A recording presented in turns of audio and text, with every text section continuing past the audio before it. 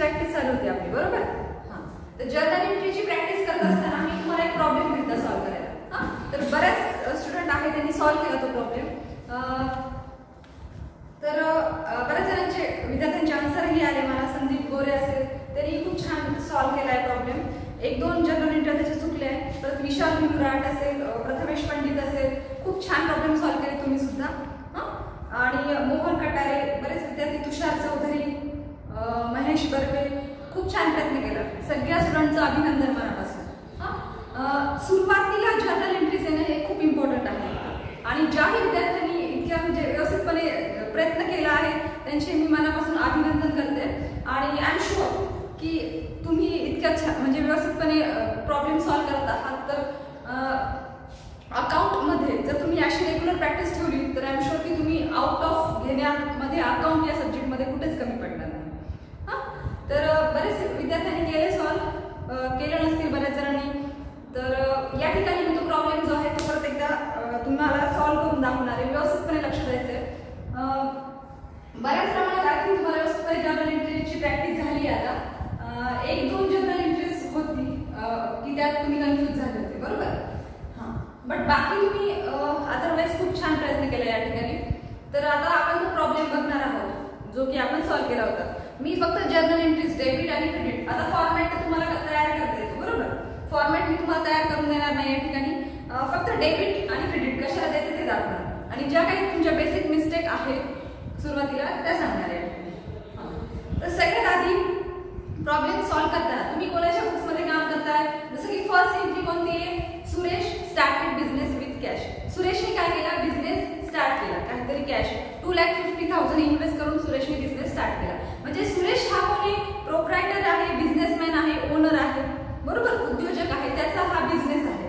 मग तुम्ही त्याच्या बुक्समध्ये काम करताय, त्याच्या बुक्समध्ये जर्नल एंट्रीज करताय. तर वरती हेडिंग देणं तुम्हाला खूप इम्पॉर्टंट आहे. हा चार्ट तयार केल्यानंतर ते 5 कॉलम तयार करण्याच्या आधी वरती journal entries in the books of Suresh he heading देणं खूप इम्पॉर्टंट आहे या ठिकाणी, बरोबर? हां, त्यानंतर 5 कॉलम जसे की तुम्हाला माहिती आहे जसं तुम्ही करता रेग्युलर तसं. फर्स्ट एंट्री ही कॉमन असणार आहे. मी तुम्हाला आधी सांगितलं होतं की ज्यावेळेस बिझनेस स्टार्ट करतात, बिझनेस स्टार्ट करताना मेन पर्पज काय असतो त्याचा? प्रॉफिट अर्न करणे, बरोबर? फर्स्ट एंट्री ही कॉमन असणार आहे. Cash account debit to capital account. 2,50,000 डेबिटच्या कॉलममध्ये, 2,50,000 डेबिटच्या क्रेडिटच्या कॉलममध्ये. आता हे बघा, एंट्री पास आउट करताना लक्षात ठेवायचं. आता या नावावर चूक आहे. तुम्हाला डेबिट क्रेडिट कोणत्या अकाउंटला करायचं व्यवस्थितपणे लक्षात आलंय बऱ्याच वेळी. कॅश हे अकाउंट अशा पद्धतीने लिहायचं. अकाउंट डॉट डॉट डॉट डेबिटच्या कॉलममध्ये 2,50,000 आणि क्रेडिट लिहिताना क्रेडिटची सुरुवात करताना थोडंसं गॅप ठेवायचं, थोडंसं अंतर, आणि त्याच्यानंतर 2 लिहायचं. बरेचसे विद्यार्थी इथं 2 लिहितात किंवा फ्रॉम लिहितात. फ्रॉम लिहायचं नाही, या ठिकाणी लिहायचं 2. क्रेडिट दाखवताना क्रेडिटची सुरुवात आपण 2 या वर्ड पासून करतो. इथे लिहिणं थोडंसं अंतर सोडायचं आहे आणि इथे लिहायचं 2 आणि कॉमा द्यायचा. 2 काय? कॅपिटल. 2 capital account. प्रत्येक अकाउंट डेबिट क्रेडिट दाखवल्यानंतर समोर अकाउंट मेन्शन करणं हे खूप इम्पॉर्टंट आहे या ठिकाणी. आलं लक्षात? परत क्रेडिटच्या कॉलममध्ये इथे 2,50,000. ठीक आहे, तुमचं इथे डेबिट क्रेडिट आणि एलएफचा कॉलम असतात. आलं लक्षात? फर्स्ट एंट्री नरेशन ब्रॅकेट मध्ये लिहिणार बिंग या वर्ड पासून त्याची सुरुवात करणार. Cat started business with cash. As it is जसं की तुम्हाला जर्नल एंट्रीज दिली तशीच तुम्ही लिहिणार या ठिकाणी. फक्त अमाऊंट मेन्शन करायची नाही. फर्स्ट एंट्री लक्षात आली आणि अशा पद्धतीनेच तुम्हाला जर्नल एंट्री सॉल्व्ह करायची. तू इथं लिहायचं नाही, थोडासा गॅप ठेवायचा, थोडासा अंतर ठेवायचं आणि नंतर तू कॅपिटल अकाउंट किंवा जे काही अकाउंट असेल ते तिथे या ठिकाणी टाकायचं. अशा पद्धतीने करायची जर्नल एंट्रीज. त्यानंतर सेकंड जर्नल एंट्रीज काय होती आपली? परचेसची एंट्री. मी तुम्हाला काय केलं? क्वेश्चन देताना मुद्दाम 2 एंट्र्या ज्या आहेत त्या मुद्दाम अपोजिट दिल्या. तुम्हाला 2 एंट्र्यांमधला डिफरन्स जो आहे तो या ठिकाणी कळायला पाहिजे. फर्स्ट एंट्री दिली होती मी purchase goods purchase for ₹1 lakh. 1 lakh रुपीजचे गुड्स परचेस केले. कुणी केले? सुरेश. कोणाच्या बुक्स मध्ये काम करताय तुम्ही? सुरेशच्या बुक्स. लक्षात ठेवायचं नेहमी एक गोष्ट अजून, परचेसची एंट्री आली की परचेसचं अकाउंट डेबिट दाखवणार आणि सेल्सची एंट्री आली की सेल्सचं अकाउंट क्रेडिट दाखवायचं. आलं लक्षात? आता या ठिकाणी ज्यावेळेस गुड्स परचेस करता तुम्ही कोणतीही लहानातली लहान वस्तू परचेस करतात तर त्यावेळेस परचेसचं अकाउंट नेहमी डेबिट दाखवणार. परचेसचं अकाउंट नेहमी डेबिट दाखवणार. परचेस आलं एंट्री मध्ये ट्रान्झॅक्शन मध्ये तर परचेसचं अकाउंट डेबिट दाखवतो आपण, बरोबर? हा, इथे दाखवणार परचेस अकाउंट डेबिट. अमाउंट किती आहे? 1 लाख. डेबिटच्या कॉलम मध्ये लिहिणार 1 लाख. परत 2 लिहिताना थोडा गॅप सोडायचा, 2 कॉमा. ज्यावेळेस गुड्स परचेस करता तुमची काय मोजावर होते, काय जाते या ठिकाणी? कॅश जाते. To cash account. क्रेडिटच्या कॉलम मध्ये 1 लाख. नरेशन द्यायचं आहे बिंग गुड्स परचेस. ही एंट्री अशा पद्धतीने लिहा. आता मी मुद्दा पण तुम्हाला नेक्स्ट एंट्री जी आहे ती अपोजिट दिली. आधी परचेसची दिली नंतर सेल्सची एंट्री दिली. मी तुम्हाला काय सांगितलं आताच की परचेसची एंट्री करताना परचेसचं अकाउंट तुम्ही डेबिट दाखवता, सेल्सची एंट्री करताना सेल्सचं अकाउंट काय दाखवणार? क्रेडिट दाखवणार. आणि क्रेडिटची सुरुवात कोणत्या वर्डपासून करतो आपण? टू या वर्डपासून करतो. मग याच्या अगदी अपोजिट एंट्री येणार सेल्सची. सेल्सची एंट्री काय करतो आपण? Cash account debit. आता इथे मी डेबिट घेते कारण की कॉलम केलेले नाही. डेबिट किती अमाउंट बघा? 15,000, 50,000. 2 सेल्स अकाउंट. इथं क्रेडिट दाखवायची गरज नाही, जसं मी ते डेबिट दाखवलं. 15,000 आली की एंट्री लक्षात? आता हे बघा, आता परत एकदा बघा व्यवस्थितपणे. हा प्रॉब्लेम खूप इम्पॉर्टंट आहे, व्यवस्थितपणे तुम्हाला समजणं गरजेचं आहे. ठीक आहे? परचेसची एंट्री करताना तुम्हाला काय होतं या ठिकाणी? खर्च होतो. खर्च होतो म्हणजे एक्सपेन्सेस होतोय, बरोबर? तुम्ही जर एखादी वस्तू परचेस करताय, गुड्स परचेस करताय, तुम्हाला काय होतं त्या ठिकाणी? खर्च होतोय, एक्सपेन्सेस होतोय. आणि ज्यावेळेस गुड्स सोल्ड करताय, आणि अजून एक गोष्ट लक्षात ठेवा की सोल्डची एंट्री करताना इथं टू सोल्ड अकाउंट लिहायचं नाही, टू सेल्स अकाउंट लिहायचं. काय लिहायचं? To sales account. आपण सोल्ड हा वर्ड यूज न करता त्या ठिकाणी आपण सेल्स हा वर्ड यूज करतो. जसं की परचेसच्या एंट्री मध्ये परचेस लिहितो, तसं सोल्डच्या एंट्री मध्ये तर सोल्ड न लिहिता आपण काय लिहिणार? सेल्स अकाउंट लिहिणार. काय लिहिणार? Sales account. आता या ठिकाणी ज्यावेळेस तुम्ही गुड्स सोल्ड करताय, विकताय, सेल करताय, तर त्या ठिकाणी तुम्हाला काय होतं? इन्कम होतंय. इन्कम जनरेट होतंय की नाही? इन्कम म्हणजे उत्पन्न. तुम्हाला इथे काय होतंय? ज्यावेळेस गुड्स विकताय तुम्ही, एखादी वस्तू विकल्यानंतर तुम्हाला काय मिळणार? उत्पन्न मिळणार. उत्पन्न होतंय, इन्कम होतंय, इन्कम जनरेट होतंय या ठिकाणी. म्हणजे एक्सपेन्सेस आणि इन्कम हे दोन काय अपोजिट वर्ड आहेत. या एंट्री मध्ये परचेस करता त्यावेळेस खर्च होतो, या एंट्री मध्ये ज्यावेळेस सेल करता त्यावेळेस उत्पन्न होतं, इन्कम होतं. आता या ठिकाणी आपण सेल्सची एंट्री करतो. परचेसची एंट्री कशा पद्धतीने केली हे तुम्हाला लक्षात आलं. पण या ठिकाणी अजून एक गोष्ट लक्षात घ्या, ज्यावेळेस सेल्सची एंट्री करता तुम्ही एखादी वस्तू विकता तर त्या ठिकाणी तुम्हाला प्रॉफिट होतोय, प्रॉफिट जनरेट होतोय, कारण की त्या ठिकाणी तुम्हाला कॅश रिसीव्ड होते. आता ज्यावेळेस गुड्स सोल्ड करता त्यावेळेस तुमच्याकडे येणार काय? काय येणार? येणार काय? कॅश येणार. आणि तुम्ही काय करताय? गुड्स सोल्ड करता. आता टू सेल्सचा अकाउंट आपण क्रेडिट काउंटर दाखवलं, कारण की नॉमिनल अकाउंटचा रूल्स बघायचं आहे तुम्हाला. ते 3 रूल्स काढायचे, डोळ्यासमोर ठेवायचे. जर्नल एंट्रीज करताना ते 3 रूल्स सतत मागे बघायचे तुम्हाला, जे लिहून दिले मी तुम्हाला ते. ठीक आहे? तर या ठिकाणी सेल्सची एंट्री करताना नॉमिनल अकाउंटचा रूल्स काय? Debit or expenses and losses. Debit कशाला द्या म्हणतात? नॉमिनलचा रूल्स काय म्हणतो की डेबिट कशाला द्या? जर एक्सपेन्सेस आणि लॉसेस होत असेल तर त्या ठिकाणी तुम्हाला ते अकाउंट डेबिट दाखवायचं. याच्या अपोजिट जर तुम्हाला इन्कम किंवा प्रॉफिट होतोय तर त्या ठिकाणी ते अकाउंट तुम्हाला क्रेडिट दाखवायचं. या ठिकाणी ज्यावेळेस तुम्ही गुड्स सोल्ड करता, विकतात, तर त्या ठिकाणी तुम्हाला प्रॉफिट होतोय, इन्कम जनरेट होतोय की नाही? इन्कम जनरेट होतंय, प्रॉफिट होतोय, तर ते अकाउंट तुम्ही दाखवणार क्रेडिट. असं नॉमिनल अकाउंटचा रूल सांगतो की जर इन्कम किंवा प्रॉफिट होत असेल तर ते अकाउंट क्रेडिट दाखवा. या एंट्री मध्ये ज्यावेळेस गुड्स सोल्ड करताय त्यावेळेस तुम्हाला गुड्स सोल्ड केल्यामुळे काय होतंय?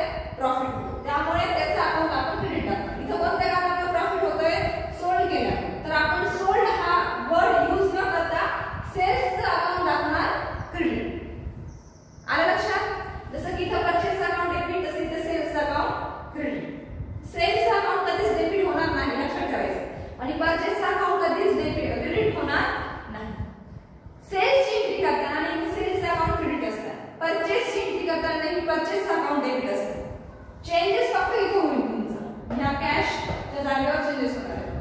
जर जर्नल एंट्री मध्ये नेम वगैरे दिलं असेल तर कॅशच्या ऐवजी त्या पर्सनचं नेम येणार. ठीक आहे. आता या दोन जर्नल एंट्रीज तुम्हाला व्यवस्थितपणे लक्षात आलं या ठिकाणी. अगदी अपोजिट आहे. परचेसची एंट्री अशी, त्याच्या अपोजिट सेल्सची एंट्री अशी. ठीक आहे.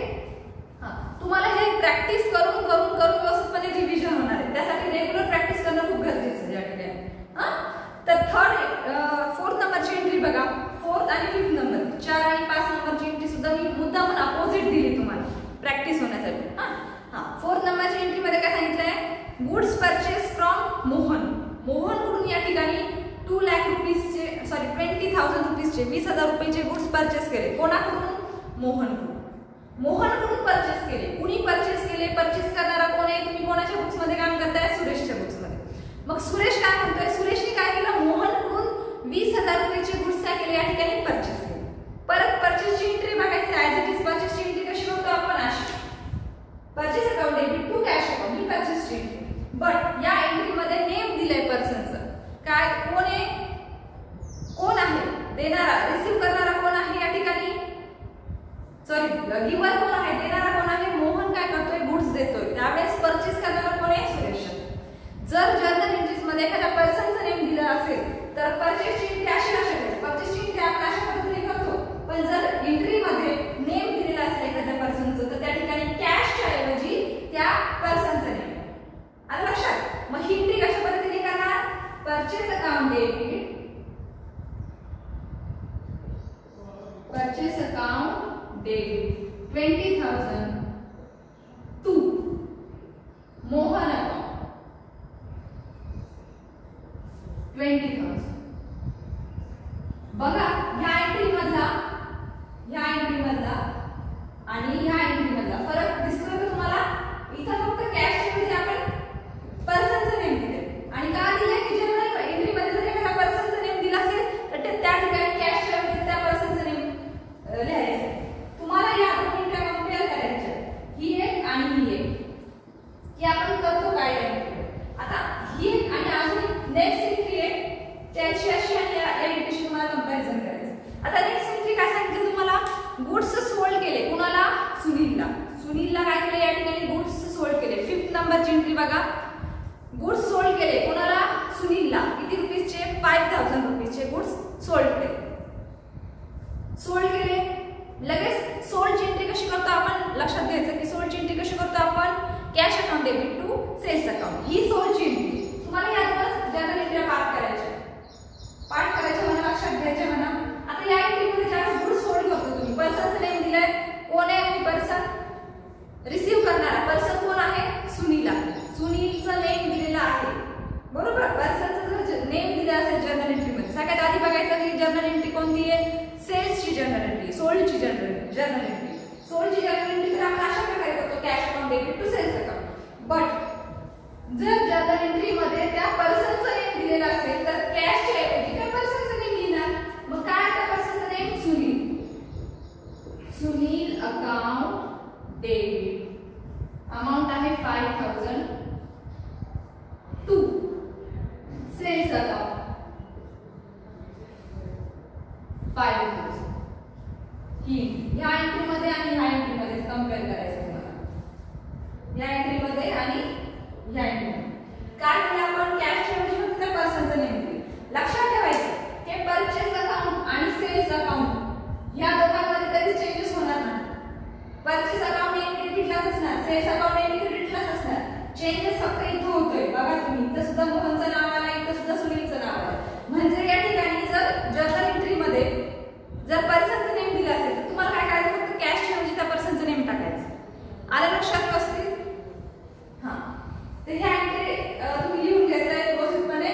जर लिहिलं नसेल तर व्यवस्थितपणे परत एकदा अशा पद्धतीने लिहिलं तरी चालेल तुम्हाला लक्षात राहण्यासाठी. आलं लक्षात? त्यानंतर बघा next journal entry.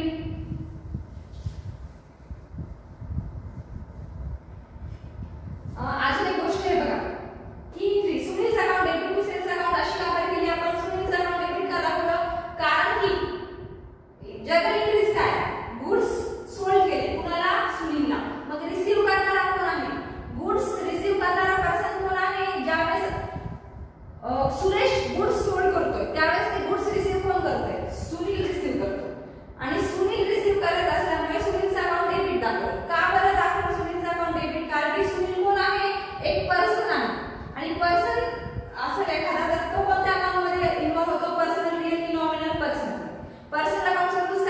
Debit the receive. Debit कशाला द्या, रिसीव्ह करणाऱ्या पर्सनचं जर नेम दिला असेल त्याचा अकाउंट तुम्हाला डेबिट दाखवायचं आहे.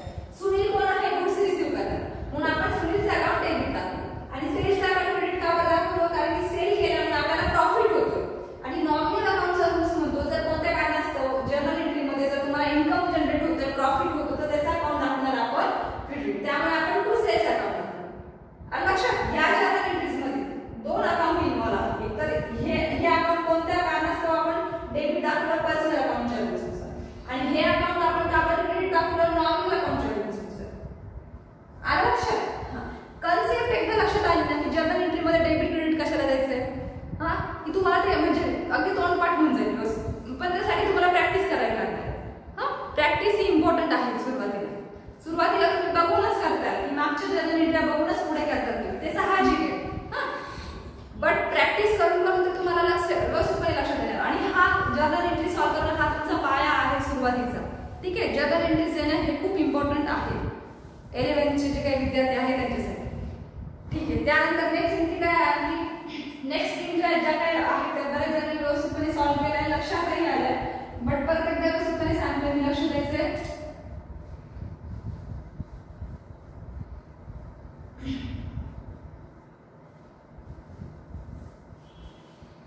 काय आहे आपली next entry,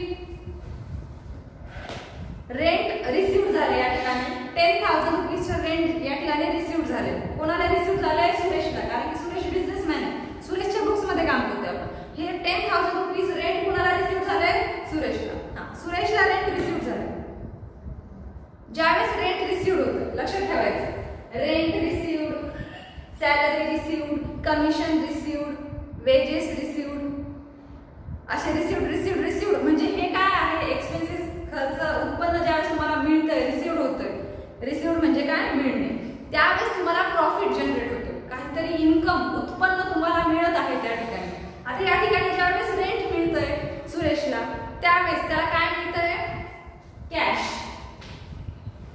cash account debit देतोय आपण, कारण त्याला रेंट मिळतंय. रेंट मिळतंय म्हणजे त्याला कॅश रिसीव्ह होते रेंटच्या स्वरूपात. सॅलरी जरी रिसीव्ह झाली तरी कॅश मिळते सॅलरीच्या स्वरूपात, बरोबर. त्यामुळे आपण कॅश अकाउंट डेबिट दाखवणार. टू काय दाखवणार, रेंट अकाउंट क्रेडिट दाखवणार. Rent account credit. इथं क्रेडिट दाखवायची गरज नाही, हे क्रेडिट दाखवायचं कधीच नाही. इथं डेबिट दाखवतात, इथं टू दाखवतात, म्हणजे तुम्ही इथं क्रेडिट दाखवतात. ही अशी पद्धत असते जर्नल एंट्रीज लिहायची, ज्यावेळेस तुम्ही कॉलम करत नाही त्यावेळेस. अमाउंट किती बघा, 10,000. इथं पण 10,000. आता कॅशचं अकाउंट डेबिट दाखवलं हे तुम्हाला लक्षात आलंय, कारण की रेंट रिसीव्ह झाल्यामुळे कॅशच्या स्वरूपात तुम्हाला काहीतरी अमाउंट रिसीव्ह होतो, बरोबर. बट या ठिकाणी रेंटचं अकाउंट आपण क्रेडिट का बरं दाखवलं, कारण की रेंट मिळाल्यामुळे तुम्हाला काय होतं, या ठिकाणी प्रॉफिट जनरेट होतं. आणि नॉमिनल अकाउंटचा रूल्स परत तेच सांगते मी, नॉमिनल अकाउंटचा रूल्स काय म्हणतो, जर कोणत्या कारणास्तव इन्कम किंवा प्रॉफिट जनरेट होतंय तर त्याचं अकाउंट दाखवायचं तुम्हाला क्रेडिट. या जर्नल एंट्रीज मध्ये मला म्हणजे सुरेशला रेंट रिसीव्ह झाल्यामुळे प्रॉफिट जनरेट होतो, तर त्याचं रिझन ते कारण लिहावं लागतं की ते अकाउंट क्रेडिट दाखवायचं तुम्हाला. त्यामुळे या ठिकाणी रेंटचं अकाउंट आपण क्रेडिट दाखवतो. आलं लक्षात? सॅलरी रिसीव्ह 10,000 असं असतं जर्नल एंट्री. या ठिकाणी काय केलं असतं, फक्त टू सॅलरी अकाउंट लिहिलं असतं. कमिशन रिसीव्ह अशी एंट्री आली असते, कमिशन रिसीव्ह फॉर ₹10,000. काय केलं असतं तुम्ही entry, cash account debit to commission account. परत इंटरेस्ट रिसीव्ह फॉर ₹10,000 अशी जर जनरल एंट्री असते तर काय केलं असतं, cash account debit to interest account. आलं लक्षात? त्याच्यानंतरची जनरल एंट्रीज काय बघा, सॅलरी पेड. सॅलरी या ठिकाणी पेड केली. आता मला सांगा, सॅलरी पेडची एंट्री करण्याच्या अगोदर मी जसं की ही एंट्री काय केली, ही एंट्री कशाची केली, रेंट रिसीव्हची एंट्री. मी सांगते इथं की मी आता सपोज रेंट पेडची एंट्री करायची मला. कशी करणार रेंट पेडची एंट्री, कशी करणार, एकदम त्याच्या अपोजिट करणार. काय करणार, rent account debit to cash account, बरोबर. ही रेंट पेडची एंट्री. आता इथं आता आपण कोणती एंट्री करणार आहे, सॅलरी पेड. आता तुम्हाला ही जी एंट्री आहे किती नंबरची, 7 नंबरची एंट्री. 7 नंबरची एंट्री मध्ये काय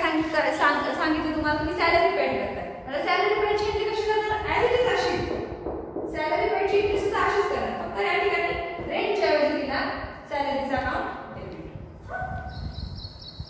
ही एंट्री बघा परत एकदा सांगते मी. सॅलरी पेडची एंट्री आहे 7 नंबरची. तुमची एंट्री कोणती आहे? सॅलरी रेंट पेडच्या एंट्री नंतर सॅलरी पेडची एंट्री. बरोबर. आता मला सांगा ज्यावेळी सॅलरी पेड करताय तुम्ही काय होतं? तुम्हाला खर्च होतो की तुम्ही समोरच्या व्यक्तीची सॅलरी देताय, पेड करताय. पेड म्हणजे देणे किंवा दिली. सॅलरी पेड करताना तुम्ही एखादा खर्च जो आहे तो देत आहात. खर्च होतो या ठिकाणी तुम्हाला. सॅलरी देताय, वेजेस देताय, मजुरी देताय एखाद्या समोरच्या व्यक्तीची. कोणताही खर्च असेल तो तुम्ही देत आहात तर त्या ठिकाणी तुमची कॅश गोज आउट होतोय, जात आहे कॅश त्या ठिकाणी तुमची. म्हणजे त्या ठिकाणी तुम्हाला खर्च होतो आणि खर्चाचा अकाउंट नेहमी आपण डेबिट दाखवतो. असं कोण सांगताय? नॉमिनल अकाउंटचा रूल सांगतोय. जर कोणत्या कारणास्तव तुम्हाला एक्सपेन्सेस किंवा खर्च होतो तर त्याचं अकाउंट तुम्हाला डेबिट दाखवायचं. या एंट्रीमध्ये सॅलरी पेड केल्यामुळे मला खर्च होतो, म्हणजे कोणत्या कारणास्तव खर्च होतोय? सॅलरी म्हणून. मी इथे लिहिणार सॅलरीज अकाउंट डेबिट. अमाउंट आहे 5000. टू काय करणार? कॅश अकाउंट क्रेडिट दाखवणार, कारण की सॅलरी पेड करताना माझी कॅश काय होते? गोज आउट होते. कॅश जाते की नाही माझी? सॅलरी मी पेड करते त्यावेळेस. त्यामुळे टू कॅश अकाउंट 5000. ठीक आहे. आता ह्या ज्या एंट्रीज मी सांगते नरेशन तुम्हाला मला देता येतं, म्हणजे नरेशन मध्ये काहीच अवघडच नाही. ऍज इट इज ट्रान्झॅक्शन तुम्ही लिहिताय जसं तसं, फक्त अमाउंट दाखवायची नाही त्या ठिकाणी. त्यानंतर आता या दोन एंट्र्या लक्षात आल्या. ह्या दोन एंट्र्या सुद्धा अपोजिट आहेत. रिसीव्ड म्हणजे मिळणे, पेड म्हणजे देणे. हे दोन काय आहे? Opposite word. ह्या एंट्र्या सुद्धा अशा प्रकारेच करायचं. जर काही रिसीव्ड होतं तर कॅश अकाउंट डेबिट करायचं टू रेंट अकाउंट. जर काही पेड करताय तर कॅश गोज आउट होते. जर काय रिसीव्ड करतात तर कॅश रिसीव्ड होते. जर काय पेड करतात तर कॅश गोज आउट होते. आणि एक्सपेन्सेस आणि इन्कम या ठिकाणी आपल्याला काय होतंय? इन्कम होतं. या ठिकाणी एक्सपेन्सेस होतं. इन्कम होत असल्यामुळे आपण लिहितो त्याचा अकाउंट क्रेडिट. एक्सपेन्सेस होत असेल तर त्याचा अकाउंट लिहितो आपण डेबिट. असं कोण सांगतं? नॉमिनल अकाउंटचा रूल सांगतो. आलं लक्षात? ही या दोन सुद्धा अपोजिट जर्नल एंट्रीज आहेत. त्यानंतर बघा काय सांगितलं मी. नंतर नेक्स्ट एंट्री आहे तुम्ही मशिनरी परचेस करताय या ठिकाणी. तुम्ही म्हणजे सुरेशच्या बुक्स मध्ये काम करताय. मग मशिनरी कोण परचेस करणार? कोण पर्सन आहे? सुरेश. आता या ठिकाणी सुरेश काय करतो? मशिनरी परचेस करतो. बरोबर. तर मी तुम्हाला सांगितलं होतं मशिनरी काय आहे? ऍसिड्स आहे. जर कोणती ऍसिड्स तुम्ही परचेस करता, आता ऍसिड्स कोणकोणत्या आहेत मी तुम्हाला सांगितलेलं आहे. कोणकोणते असतात acids? Land, building, machinery, furniture. मोठमोठी एखादी वस्तू अशी एखादी की त्याला विशिष्ट किंमत आहे की फ्युचरमध्ये त्यापासून मला काहीतरी बेनिफिट होणार आहे, फायदा होणार आहे, तर ती तुमची असणार आहे ऍसिड्स. आता मशिनरी, फर्निचर हे काय आहे? ऍसिड्स आहेत. या ठिकाणी लक्षात ठेवायचं आहे. मी तुम्हाला सांगितलं होतं परचेसची एंट्री आली की परचेसचं अकाउंट आपण डेबिट दाखवतो. बरोबर. बट या ठिकाणी जर तुम्ही एखादी ऍसिड्स परचेस करत आहात तर त्या ठिकाणी ऍसिड्सचं अकाउंट नेहमी डेबिट दाखवतो.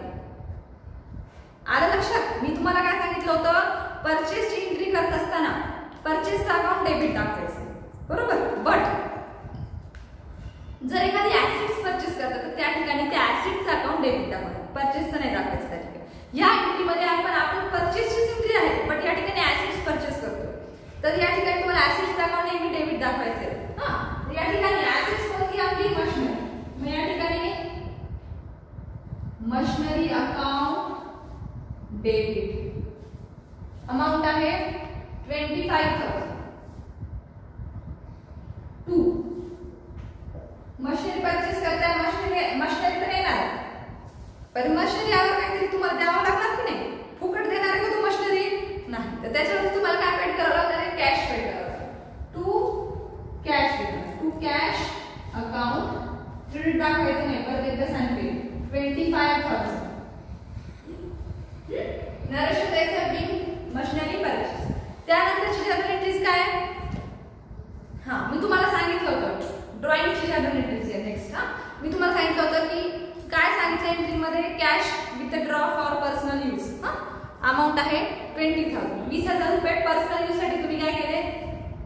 बिझनेस मधून काढले. तर बँकेतून नाही सांगितलं. बँकेचं नाव जर मेन्शन केलेलं असतं तर या ठिकाणी विथ ड्रॉची एंट्री आली असती. जी की तुम्ही करता नेक्स्ट एंट्री जी आहे. बट पर्सनल यूज परत एकदा अंडरलाईन करायचं आहे त्याच्या खाली.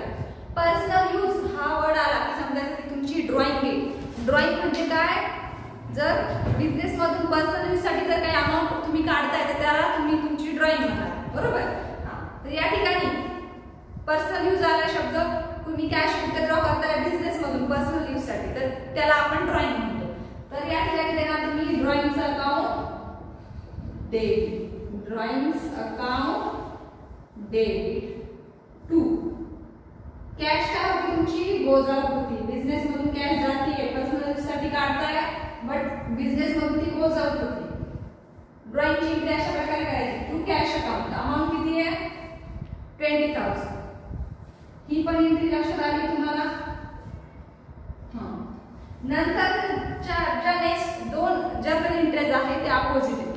काय सांगितलं नेक्स्ट एंट्री मध्ये की तुम्ही काय करताय, कॅश विथड्रॉ करताय बँकेतून. आणि नेक्स्ट एंट्री मध्ये काय सांगितलं लास्ट एंट्री मध्ये की कॅश डिपॉझिट. बँकेतून पैसे काढतात त्याची जनरल एंट्री तुम्हाला माहिती आहे, बँकेतून पैसे जमा करतात त्याची जनरल एंट्री तुम्हाला माहिती आहे. म्हणजे ह्या दोन अपोजिट एंट्री दिल्या मी तुम्हाला या ठिकाणी. बँकेतून पैसे काढताय, हातात काय ना तुमची कॅश येणार, मग cash account debit. Cash account debit. Amount किती बघा 5,000. टू. गिव्हर कोण आहे, देणारी कोण आहे, bank. To bank account. Credit दाखवायचं नाही या ठिकाणी 5,000. क्रेडिट का बरं दाखवत नाही, कारण की ऑलरेडी आपण टू हा वर्ड यूज केलाय. ही किती आहे विथड्रॉची. विथड्रॉ म्हणजे काढून. बँकेतून जर काही कॅश विथड्रॉ करताय, काढता आहे तर त्याची एंट्री अशा प्रकारे. कॅश येणार आणि देणारी कोण आहे, गिव्हर कोण आहे, देणारी बँक. बँक कोण आहे, पर्सन आहे. बँक एक पर्सन आहे आणि पर्सन अकाउंट हे बँक अकाउंट जे आहे कोणत्या अकाउंट मध्ये होतं, पर्सनल की नॉमिनल. पर्सनल. पर्सनल अकाउंट काय म्हणतो, डेबिट द रिसिव्हर आणि क्रेडिट द गिव्हर. देणारी व्यक्ती असेल, पर्सन असेल त्याचा अकाउंट क्रेडिट दाखवायचं. इथं बँक तुम्हाला कॅश देते त्यावेळेस तुम्हाला कॅश मिळते, त्यावेळेस तुम्ही कॅश विथड्रॉ करताय, काढताय. ही एंट्री याची विथड्रॉची. आणि डिपॉझिट डेटची. डिपॉझिट डेट म्हणजे जमा करणे, बरोबर. बरेच बँकेमध्ये पैसे जमा सुद्धा करता तुम्ही आणि काढता सुद्धा. आता विथड्रॉची एंट्री जर असेल तर डिपॉझिट डेटची एंट्री त्याच्या अगदी अपोजिट असतात. कशी करणार, याच्या opposite entry. Bank account debit. Amount आहे 3,000. To cash account 3,000. आता ही एंट्री अशा पद्धतीने करायची, कारण ज्यावेळेस कॅश डिपॉझिट करताय, जमा करताय बँकेमध्ये, तुम्ही कॅश जमा करताय त्यावेळेस तुमची कॅश काय होणार, गोज आउट. आणि रिसीव्ह करणारी कोण आहे, ही कॅश रिसीव्ह करणारी पर्सन कोण आहे, बँक आहे. त्यामुळे आपण बँकेचा account debit to cash account. आल्यापासून काही लक्षात. शेवटी काय करायचं तुम्हाला ऍट द एंड दोघांची डेबिट आणि क्रेडिट साईडची टोटल करायची, जे की आली 4,93,000. 4,93,000. दोघांची टोटल करायची. काय करणार, खाली दोन लाईन ओढायच्या, वरती एक लाईन, म्हणजे त्या ठिकाणी टॅली होते तुमच्या दोन्ही साईड. लक्षात ठेवायचं नाही, डेबिटला जेवढी अमाऊंट देणार तेवढीच अमाऊंट क्रेडिटला देणार, कमी जास्त करायची नाही.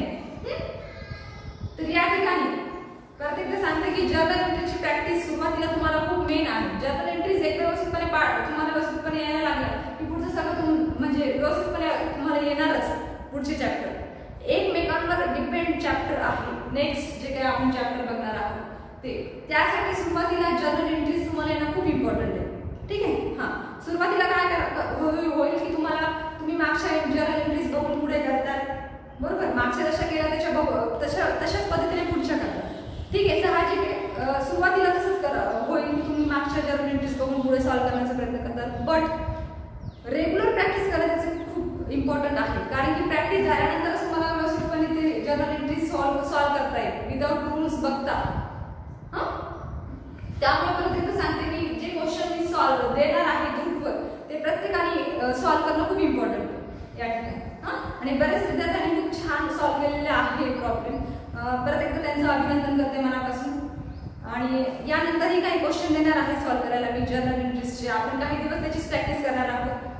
तर आणि अकाउंटिंग इक्वेशन हा एक प्रॉब्लेम आहे, तोही या ठिकाणी बघणार आहोत. तो एक प्रॅक्टिकल प्रॉब्लेम सॉल्व्ह करण्याचा पार्ट आहे या ठिकाणी, त्याच्याबद्दल आपण जाणून घेणार आहोत. जर्नल एंट्री बरोबर आणि अकाउंटिंग इक्वेशन आणि जर्नल एंट्रीज हे सुरुवातीला आपण काही दिवस त्याचे रिव्हिजन घेणार आहोत, बरोबर.